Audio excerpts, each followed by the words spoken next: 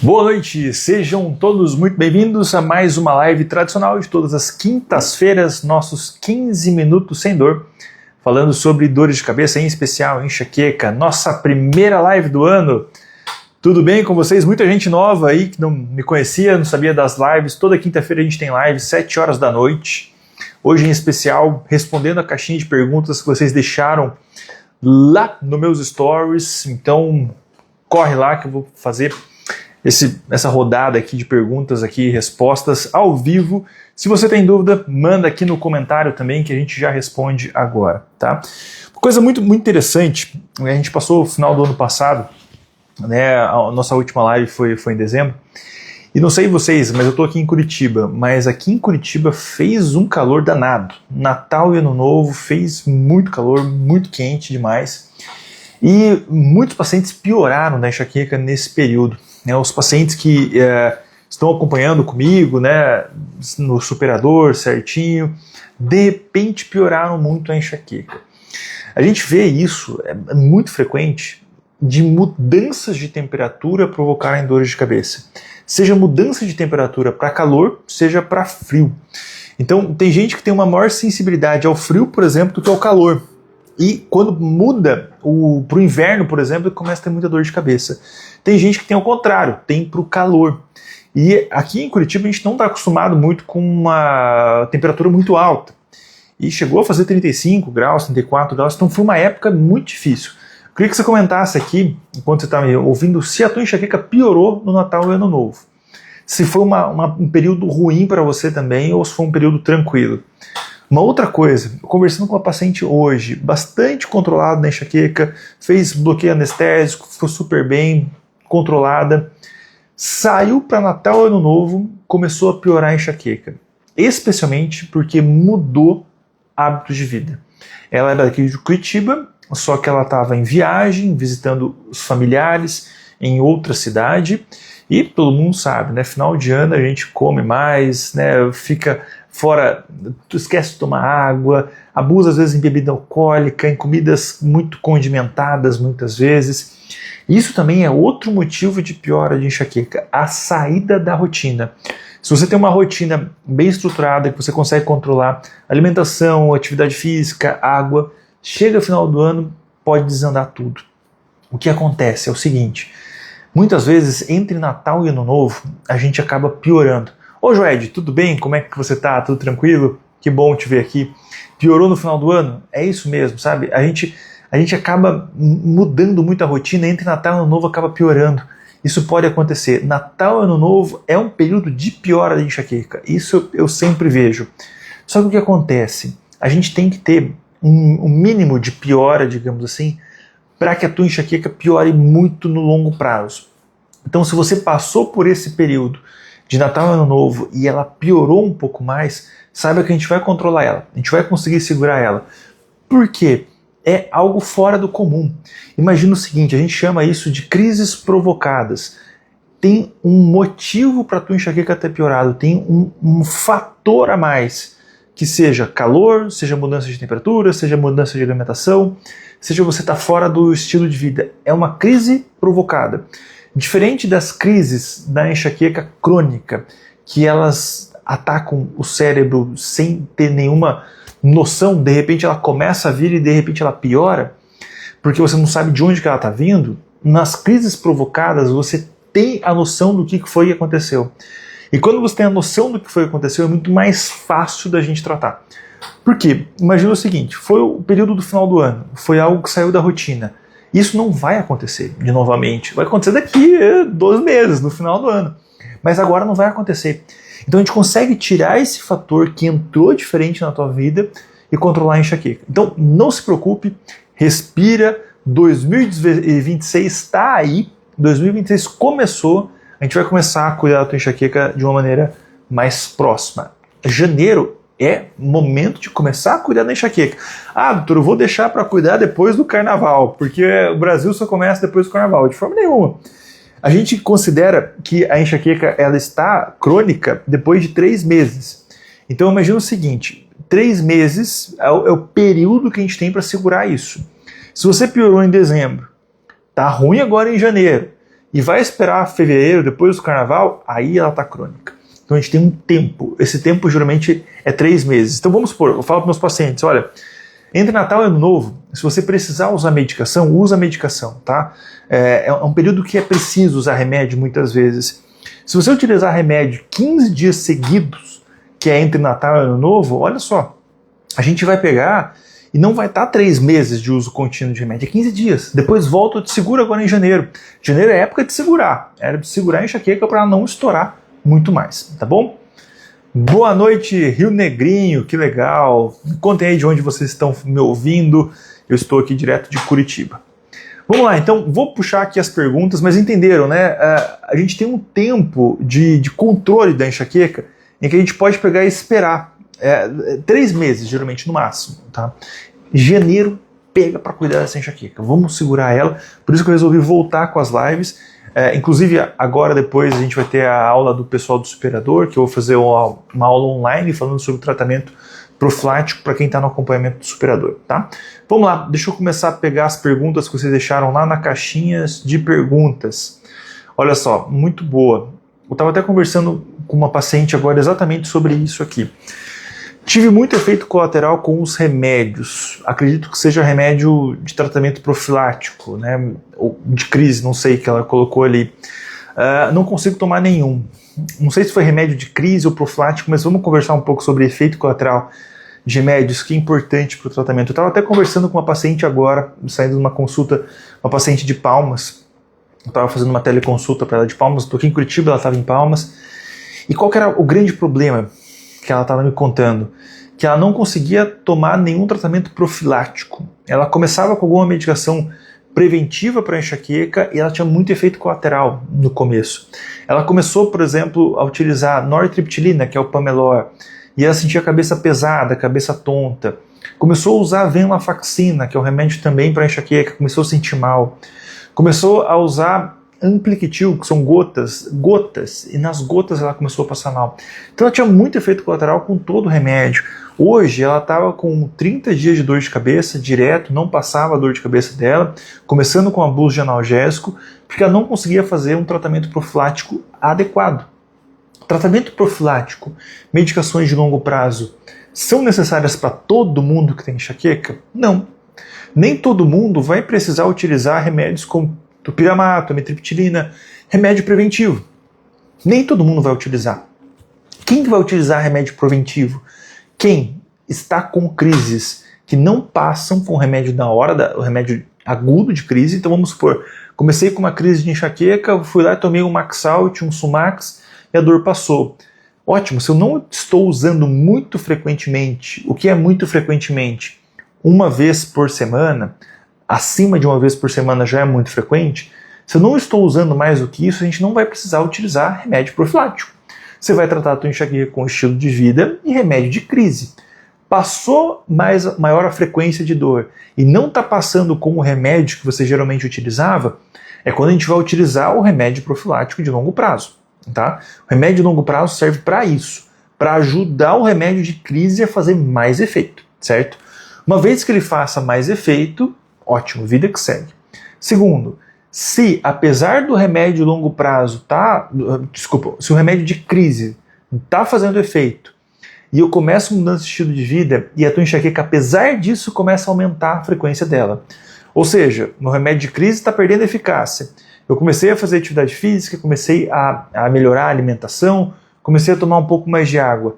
E assim a enxaqueca ainda está difícil? Opa, pera lá. Aí a gente vai pensar em tentar fazer uma medicação profilática. Ou em alguns casos de enxaquecas especiais. Como enxaquecas especiais? Enxaqueca com aura muito frequente. Você tem aquela aura que não passa, ou auras atípicas que a gente chama, auras de tonturas, auras de formigamento muito forte. Aí a gente vai pensar em fazer um tratamento profilático. Então não é para todo mundo. Então primeiro, é para todo mundo que eu vou usar remédio de longo prazo? Não, não é para todo mundo. Porém, nessas indicações, ou seja, o remédio agudo perdeu eficácia, a falta de eficácia do tratamento não medicamentoso, e a gente começar a fazer um tipo de tratamento para enxaqueca com aura mais persistente, se não fechar esses três critérios, muitos pacientes não vão precisar de tratamento de longo prazo. Os pacientes que chegam até mim precisam de tratamento de longo prazo porque, não tem dúvida, são pacientes um pouco mais difíceis de tratar. Agora, os remédios vão ter efeito colateral ou não? Olha só, deixa eu ver uma... A Priscila acabou de perguntar aqui, posso tirar o Veligia? Não sentiu nada, foi tranquilo, mas agora está com sinusite, lesionou o joelho, está sentindo dores novamente. Pode ser a causa da inflamação do joelho, a sinusite piora? Pode ser sim, tá, Priscila?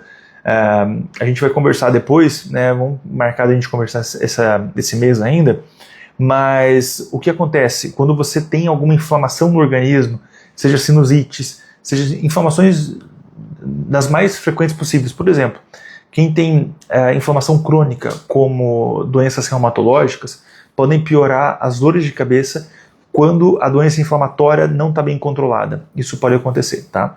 Então a gente vai analisar exatamente se é isso que está acontecendo, mas pode acontecer. Mas como eu estava falando, o efeito colateral das medicações, tem gente que não tolera efeito colateral de medicação. Como essa minha paciente que eu acabei de comentar, tentou utilizar Veligia, topiramato, amitriptilina, tudo. Ela tinha muito efeito colateral. O que a gente faz com esse tipo de paciente? Primeiro, eu preciso olhar muito bem para o estilo de vida dela e ver se não tem arestas no estilo de vida que eu consigo resolver. Por exemplo, no caso dela, ela tem muita insônia mesmo. Eu preciso tentar resolver a insônia dela. Segundo, será que não tem alguma coisa alimentar que eu consiga resolver também no caso dela? Opa, vamos tentar resolver isso aí também. Resolvi isso, fiz mudanças de estilo de vida, nada resolveu e a frequência ainda está muito alta, eu preciso optar por tratamentos, que são tratamentos que têm de praxe e de experiência e também de cientificamente comprovado menos efeitos colaterais do que os outros remédios. Vamos comparar medicações, por exemplo, mais novas, recentes para enxaqueca, como as injeções, o Engality, o Ajovy, que são as medicações mais novas para enxaqueca, assim como o Botox, que são os remédios mais novos para enxaqueca. Essas medicações tendem a ter menos efeitos colaterais do que as antigas. Se eu for comparar um efeito colateral de uma venlafaxina, que é um Venlift, com o efeito colateral de um Ajovy, por exemplo, que é o fremanezumab, que é um monoclonal, o Venlift vai ter muito mais efeito colateral do que o Ajovy. Essas medicações são mais novas, mais recentes e tendem a ter menos efeitos colaterais. Elas tendem também a ter uma melhor resposta, ou seja, responder melhor, os pacientes respondem melhor a essas medicações do que as antigas. Porém, nem todo mundo vai precisar dessas mais novas. A gente está falando aqui de alguém que tem muito efeito colateral com as antigas. E eu preciso tentar as mais novas. E graças a Deus que a gente conseguiu criar e descobrir medicações mais novas para o tratamento da enxaqueca. Porque antes, essa paciente que não tinha nenhuma opção de tratamento, porque teve efeito colateral com todas as medicações profiláticas, eu não teria muita coisa que fazer. Não teria muito tratamento para seguir para ela. Teria que tentar daquilo, às vezes com doses muito menor, muito pequenas das medicações antigas, mas ainda bem que a gente tem os tratamentos novos. Então, para ela, a gente vai tentar os tratamentos novos. É todo mundo que vai precisar dos tratamentos novos? Não, como eu disse, são aquelas pacientes que têm indicação de fazer um tratamento de longo prazo, aquelas que têm muito efeito colateral com as medicações antigas e aquelas que já tentaram medicações antigas e não tiveram boa resposta. É aí que a gente vai tentar as medicações mais novas, tá? Então, tem como tratar? Tem como resolver, tem tratamento, ainda bem que hoje a gente tem esse tipo de tratamento, tá? Vamos lá. Essa aqui é uma pergunta muito legal, tá? Muito boa. Olha só que interessante. Doutor, existe enxaqueca sem dor de cabeça? Existe enxaqueca sem ter a dor? Por quê? Porque a enxaqueca não é dor de cabeça? Né? Você nunca ouviu todo mundo falando assim, você tem enxaqueca? Eu também tenho enxaqueca, porque eu também tenho dor de cabeça. Né? Todo mundo tem uma dorzinha de cabeça, na verdade. Que passa com dipirona, que passa com neosaldina. Eu também tenho dor de cabeça, e a minha dor de cabeça passa rápido. Eu também tenho enxaqueca. Né? Quem já não ouviu isso? Primeiro de tudo, a enxaqueca é uma doença do cérebro que se manifesta com um dos sintomas sendo a dor de cabeça. Então, se manifesta com um dos sintomas sendo a dor de cabeça. Portanto, eu posso ter enxaqueca sem ter dor de cabeça? Você pode. Isso pode acontecer sim. Tá? E mais específico ainda, você pode ter aura, aqueles fenômenos visuais, pontinhos brilhantes, raios na visão, sem ter a dor de cabeça. Você tem aura sem cefaleia, é isso que a gente chama. Você tem enxaqueca com aura sem cefaleia. Aí, como é que a gente faz para tratar isso? Meu Deus do céu, se eu achava que eu tinha que tratar com remédio para dor, e agora se eu não tenho dor de cabeça, mas eu tenho uma enxaqueca doença. Como que a gente faz o tratamento disso? A gente faz o tratamento da enxaqueca como ela deve ser feita, com o tratamento da doença enxaqueca. A gente acaba vendo que a dor de cabeça da enxaqueca é como se fosse um espantalho, digamos assim, em que a gente, quando você não tem o conhecimento, não tem quem está te tratando, vai olhar para esse espantalho, que é a dor, e vai querer atacar esse espantalho. Vai querer tentar tratar a dor como se esse fosse o problema. E não olha para o problema, tá? O problema que é a doença enxaqueca. O que acontece? A Fonseca falou assim, quem dera ter enxaqueca. Olha, eu vou te falar uma coisa. Eu atendo pacientes que têm apenas a aura e apenas os sintomas não dolorosos da enxaqueca. E o sofrimento é tão grande quanto quem tem dor. Tão grande quanto quem tem dor. Porque é um sofrimento. Vocês vão pensar nisso muito. A dor da enxaqueca, mais do que dor, é um sofrimento muito grande. É um sofrimento que faz com que você tenha que ficar deitada, parada num lugar fechado, sem ninguém conversar, sem nenhuma luz. Hoje eu estava atendendo uma paciente, por exemplo, fazendo teleconsulta, ela não conseguia me ver porque ela estava com um escuro de tanta dor que ela estava naquele momento. Então é um sofrimento grande também, muito grande. Apesar de não ter dor, incomoda. Eu disse que ela não tem dor, só que ela tem os outros sintomas da doença enxaqueca, como aura, como fotofobia, luz incomoda, barulho incomoda, cheiro incomoda. Então, em sofrimento, olha que coisa interessante isso aqui, olha, preste muita atenção. Eu estou falando aqui para vocês que a doença enxaqueca se manifesta como dor. Só que a doença enxaqueca ela é do cérebro. É um sofrimento do cérebro. Por isso é um sofrimento tão profundo. A dor da enxaqueca é completamente diferente de qualquer outra dor localizada no corpo. Você sabe disso. Você sabe disso. Você sabe que talvez você tenha dois tipos de dores. Uma dor mais externas, uma dor mais, às vezes, pressão na cabeça, ou dor aqui atrás. E a dor da enxaqueca que é diferente. Você sabe que tem dores diferentes. Por que elas são diferentes? Porque as dores externas, que são musculares, são dores de tendões, são dores de pressão, você sente elas com o cérebro. É o cérebro que percebe essas regiões dolorosas. Mas e quando o problema é o cérebro e a dor começa onde você deveria sentir a dor? O sofrimento é muito maior, é muito grande, é muito completamente diferente. Então o sofrimento é muito grande, isso não tem dúvida. E você pode ter a enxaqueca sem ter a dor de cabeça. Ter os sintomas não dolorosos da enxaqueca e mesmo assim você ter a enxaqueca. O tratamento, como eu estava comentando, é um tratamento focado para a doença. Eu estava falando sobre o espantalho, que a dor é como se fosse um espantalho, que a gente tenta bater na dor e esquece da doença em si. Muita gente chega para mim na consulta e fala assim, doutor, eu estou usando um remédio para dor, vamos colocar aqui um Naramig. Eu quero um remédio melhor para minha dor. Porque esse remédio não está passando a minha dor, então eu preciso de um remédio melhor.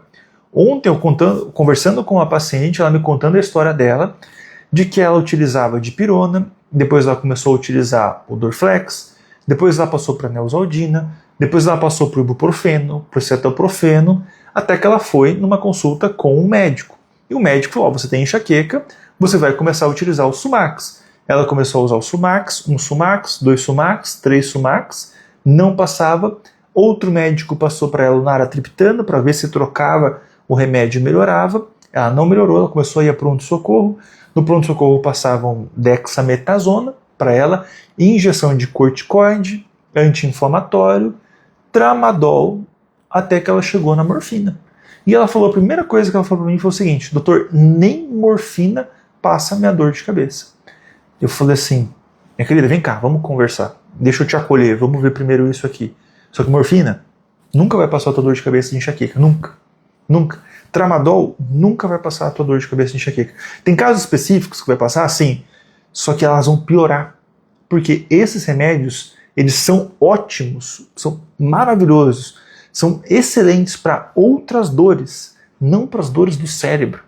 Os opioides, como tramadol, morfina, codeína, metadona, pioram a enxaqueca porque eles mexem no cérebro. Eles afetam canais do cérebro que pioram a enxaqueca. Então não é o remédio mais forte. Não é o remédio mais forte que vai melhorar a tua enxaqueca. A Cláudia falou, tomou Paco, né? Chegou até a tomar morfina, o Alif estava comentando. Não é o remédio mais forte que vai melhorar a tua enxaqueca. Infelizmente não é assim. É você bater no espantalho com uma pancada maior, com uma bazuca maior. Você está matando o espantalho. Só que você não está vendo a praga que está comendo a plantação. É isso que é o problema. A gente tem que tratar o teu cérebro, tratar a doença, não tratar só o espantalho. Vocês vão perceber, os pacientes que acompanham comigo, que uma vez que você consegue tratar melhor a doença enxaqueca, diminuir a doença, a inflamação do cérebro que acontece na enxaqueca, você vai voltar a tomar o remédio que você usava antes. Pode ser uma dipirona, pode ser um Naramig, pode ser o remédio mais simples que existe e ele vai voltar a fazer efeito. Porque você tratou o problema. Você vai bater no espantalho com uma pancadinha e vai derrubar ele. Você precisa de um remédio, do mesmo remédio, só que você tem que tratar a tua doença. Essa que é a diferença, tá bom? Vamos lá, certo? Vamos puxar mais uma última pergunta. Estamos terminando aqui nossos 15 minutos. Para quem é novo aqui, nunca viu a live, eu faço 15 minutos ou um pouco mais de live aqui todas as quintas-feiras, às 19 horas, respondendo as perguntas que vocês deixaram lá na caixinha, tá? Vamos perguntar, eu vou puxar essa aqui que é importante também, tá? Só que depois de iniciar o tratamento, quanto tempo leva para não ter mais crise frequente? Depende do tipo de tratamento. A gente está falando aqui de um problema, uma doença do cérebro, tá? Vocês entenderam isso, que é uma doença do cérebro, vocês entenderam.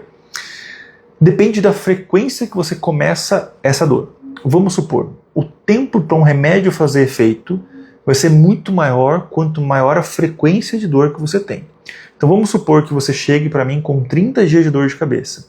Para você chegar com 30 dias de dor de cabeça, eu tenho certeza que não foi da noite por dia. Se foi da noite por dia que você tinha 0 dias de dor e passou para 30 dias de dor, isso não é enxaqueca.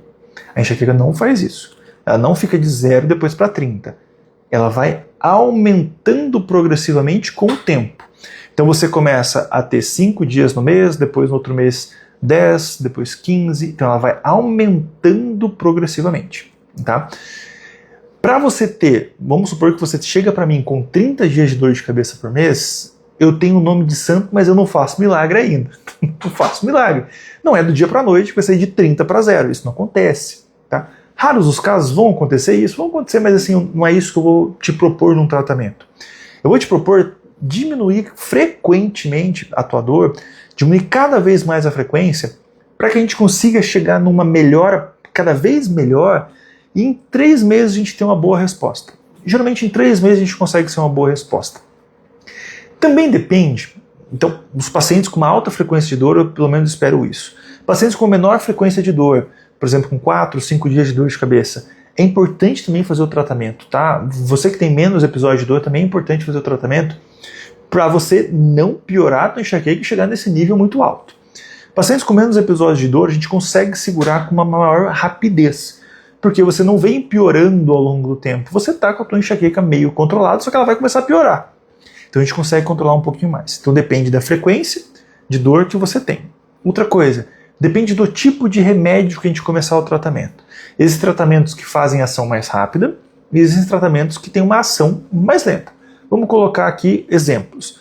Os anticorpos monoclonais, a Jove e Engalid, são medicações com ação rápida. Eles têm que fazer efeito em 1 mês. Tá? Em até 1 mês a gente vê uma boa resposta. A gente vai esperar até o 3º mês? Sim, a gente vai esperar para a gente não gastar a munição à toa. Mas a ação dele já é muito rápida. As outras medicações, como topiramato, amitriptilina, venlafaxina, a gente espera um pouco mais Porque muitas das vezes a gente tem que ir aumentando gradativamente a frequência, a dosagem dessas medicações. Tem que aumentar gradativamente até chegar numa dosagem boa. Como que eu faço para que essas medicações que têm uma ação mais lenta, e a gente tem que ir aumentando progressivamente, como que eu faço para que essas façam um efeito mais rápido? A gente tenta associar bloqueio anestésico. O bloqueio anestésico é um tipo de tratamento de ponte em que a ação dele é rápida, ele faz efeito no mesmo dia. Só que a gente não pode ficar fazendo bloqueio todo dia direto. Então a gente tenta associar essas medicações ao bloqueio anestésico para fazer uma ação mais rápida.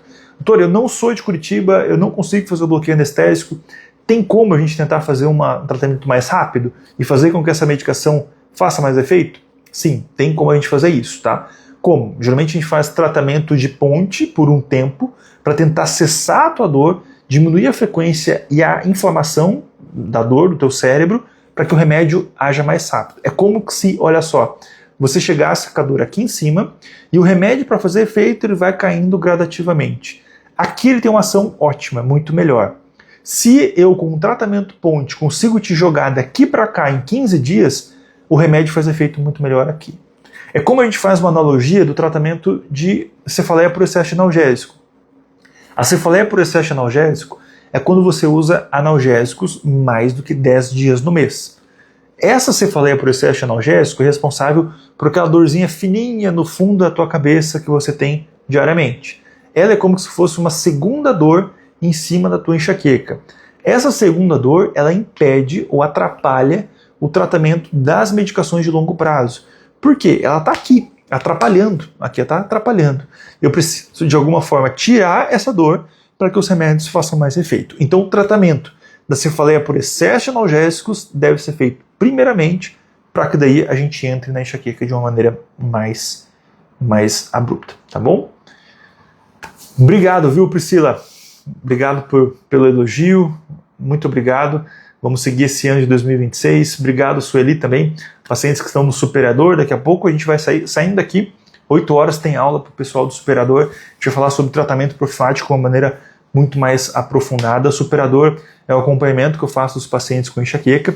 Então, além do meu acompanhamento próximo da equipe nutricionista, da doutora Fernanda, a gente tem aulas uma vez por mês para tirar dúvida e conhecer um pouco mais também sobre a enxaqueca.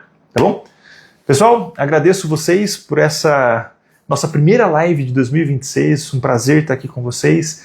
Nos vemos nas próximas quintas-feiras. Toda quinta-feira eu estou aqui às 19 horas respondendo as perguntas de vocês. E fiquem com Deus, um abraço e uma boa semana. Até a próxima.